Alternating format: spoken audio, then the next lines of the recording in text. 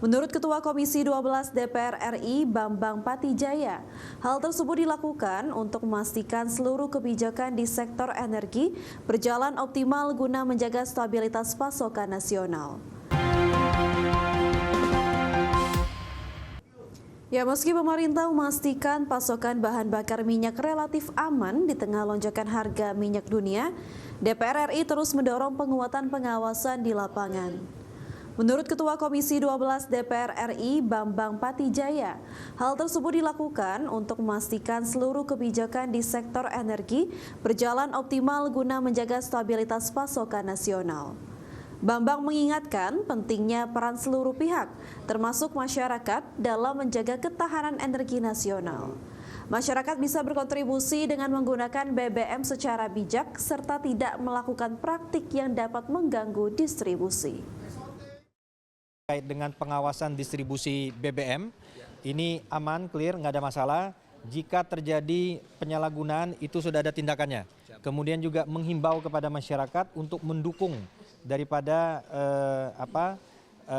di dalam konsumsi BBM ini jangan sampai terjadi penyalahgunaan dan agar tepat sasaran. Kemudian juga kami mendapat laporan terkait dengan pengawasan juga mengikut sertakan kepolisian seperti itu. Bank Dunia menurunkan proyeksi pertumbuhan ekonomi Indonesia menjadi 4,7% pada tahun 2026. Penurunan proyeksi pertumbuhan ekonomi ini dipengaruhi tekanan eksternal, terutama kenaikan harga minyak global, serta meningkatnya sentimen kehati-hatian investor di pasar keuangan internasional. Bank Dunia menurunkan proyeksi pertumbuhan ekonomi Indonesia menjadi 4,7% pada tahun 2026. Angka ini lebih rendah jika dibandingkan dengan proyeksi Bank Dunia pada Oktober 2025 yang sebesar 4,8%. Dalam laporan East Asia and Pacific Economic Update April 2026, Kepala Ekonom Bank Dunia untuk Asia Timur dan Pasifik Aditya Matu mengatakan, perlambatan ini dipengaruhi oleh tekanan eksternal, terutama kenaikan harga minyak global, serta meningkatnya sentimen kehati-hatian investor di pasar keuangan internasional. Tekanan tersebut diperkirakan akan menahan laju ekspansi ekonomi domestik. Namun demikian, dampak negatif tersebut dinilai akan sebagian teredam oleh pendapatan dari ekspor komoditas serta berbagai inisiatif investasi yang dipimpin oleh pemerintah. Bank Dunia menilai sejumlah negara di kawasan masih memiliki bantalan ekonomi untuk meredam guncangan akibat lonjakan harga minyak. Bagi Indonesia, posisi sebagai eksportir komoditas menjadi salah satu faktor penopang penting. Pendapatan dari ekspor komoditas dinilai dapat membantu menutupi kenaikan biaya energi yang timbul akibat harga minyak yang lebih tinggi. Dengan kondisi tersebut, tekanan terhadap perekonomian domestik diperkirakan tidak akan sepenuhnya membebani pertumbuhan. Bank Dunia memperkirakan Indonesia akan kembali pulih dengan pertumbuhan mencapai 5,2% pada 2027. Jakarta, Tim Liputan IDX Channel. Menteri Keuangan Purbaya Yudi Sadewa memastikan permintaan pengadaan 25.000 motor listrik oleh Badan Gizi Nasional bukanlah program baru pada tahun ini. Anggaran tersebut merupakan bagian dari tahun anggaran sebelumnya yang sebagian sudah terlanjur direalisasikan. Purbaya menegaskan untuk tahun berjalan tidak ada rencana pembelian motor listrik baru meski beban anggaran dari tahun lalu sudah tercatat dalam defisit. Sisa pengadaan yang belum terlaksana dipastikan tidak dilanjutkan dan telah dibatasi seiring upaya pengetatan belanja negara. Saya tadi tanya kepala PGN, tapi ntar Anda cek lagi dia ya. Dia bilang itu emang anggaran tahun lalu yang sudah sempat terlanjur keluar itu. Tapi yang tahun ini dia konfirmasi nggak ada pembelian motor listrik baru untuk program. Kalau untuk tapi dia keluar berarti Pak. Yang keluar berarti sudah keluar kan anggaran tahun lalu sudah dicatat. Tapi ditolak kan Pak itu? Sama siapa ditolak? Pengajuannya katanya ditolak kata Pak Purbaya sebelumnya. Oh, karena itu tahun lalu sebagian yang udah kan sebagian udah keluar. Bagian yang sisanya ditolak. Jadi dibatasin lah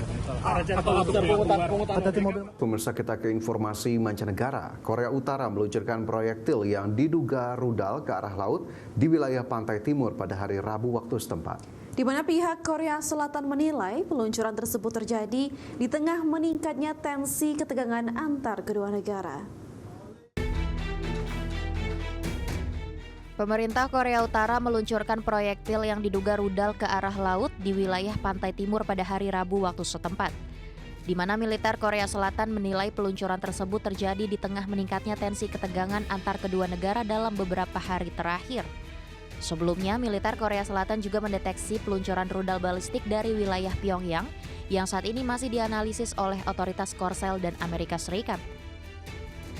Melansir dari Yonhap News, proyektil yang diluncurkan pada Selasa lalu terbang ke arah timur sebelum mengalami gangguan dan menghilang pada tahap awal percobaan.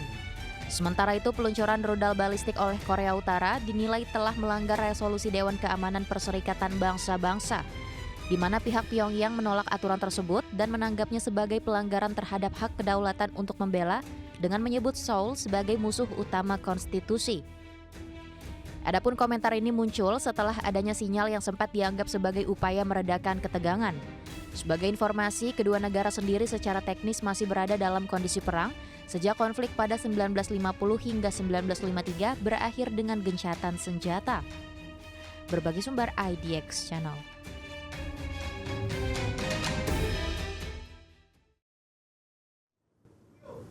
Pemirsa, Ketua Parlemen Iran Muhammad Baghir Ghalibaf melontarkan kritik tajam terhadap Amerika Serikat yang dinilai telah melanggar poin-poin krusial dalam kesepakatan gencatan senjata 2 minggu. Tuduhan ini muncul tepat sebelum kedua negara dijadwalkan bertemu di Pakistan untuk merundingkan perdamaian permanen. Baru berjalan beberapa hari, kesepakatan gencatan senjata antara Teheran dan Washington mulai goyah, di mana Ketua Parlemen Iran Muhammad Baghir Ghalibaf menyebut Amerika Serikat telah mencederai proposal 10 poin yang menjadi dasar kesepakatan. Iran menyoroti berlanjutnya serangan Israel terhadap Lebanon, serta terdeteksinya sebuah drone di wilayah udara Iran sebagai bentuk pelanggaran serius terhadap kedaulatan wilayah negeri mualah tersebut.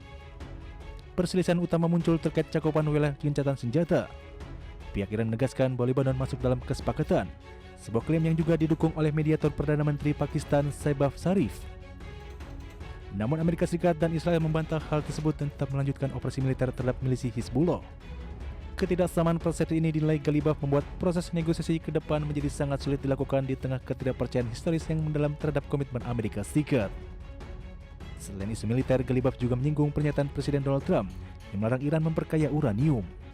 Iran menegaskan bahwa hak pengayaan uranium merupakan bagian tak terpisahkan dari proposal 10 poin mereka.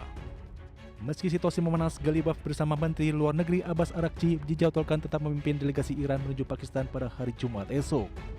Pertemuan tersebut menjadi pertaruhan terakhir bagi kedua negara untuk mencapai kesepakatan permanen guna menghentikan eskalasi perang di Timur Tengah. Bagi sumber Pemirsa, Filipina meluncurkan latihan Salaknip yang merupakan latihan militer multilateral terbesar dalam sejarah negara Asia Tenggara tersebut.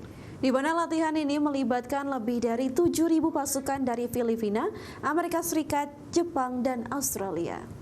Wakil Komandan Angkatan Darat Filipina, Majen Efren Morados, menekankan bahwa pentingnya membentuk aliansi militer dan menciptakan peluang bagi personel militer untuk bertukar praktik terbaik. Sebelumnya, Angkatan Darat Filipina dan Amerika telah melakukan latihan gabungan Salaknip sejak 2015 sebagai bagian dari perjanjian pertahanan bersama. Adapun pada tahun ini, pasukan bela diri darat Jepang dan Angkatan Darat Australia akan bergabung dalam latihan Salaknip untuk pertama kalinya sebagai peserta dan pengamat yang dijadwalkan pada 6 hingga 17 April dan fase kedua pada Mei hingga Juni mendatang.